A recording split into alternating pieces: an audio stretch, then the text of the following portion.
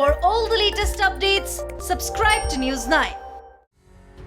The COVID-19 pandemic has forced schools and educational institutions to hold virtual classes. The Ministry of Human Resource and Development has issued fresh guidelines for online classes. The guidelines were made in consultation with CBSE and the National Council of Education, Research and Training, or the NCERT. The fresh guidelines were formed following concerns raised by parents over increased screen time during classes. The tweak in guidelines was made after parents complained about increased screen time. The guidelines, titled Pragatya, was formed to benefit students. The ministry recommended shortening of duration and number of sessions in a day for students. In its guidelines, the Union HRD Ministry has capped screen time for pre-primary students up to 30 minutes only for one class. Meanwhile, for students of class 1 to 8, teachers can conduct 2 sessions for 45 minutes each. For classes 9 to 12, teachers can conduct 4 sessions for 30 to 35 minutes each. HRD Minister Ramesh Pokhriyal said the closure of schools has impacted over 240 million children.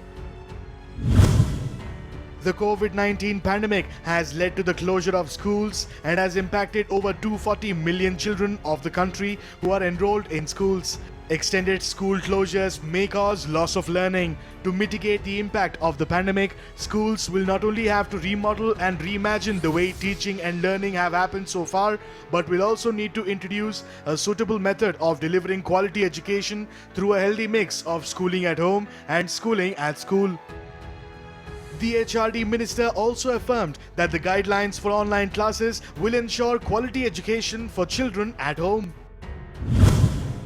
The guidelines have been developed from the perspective of learners with a focus on online blended digital education for students who are presently at home due to the lockdown.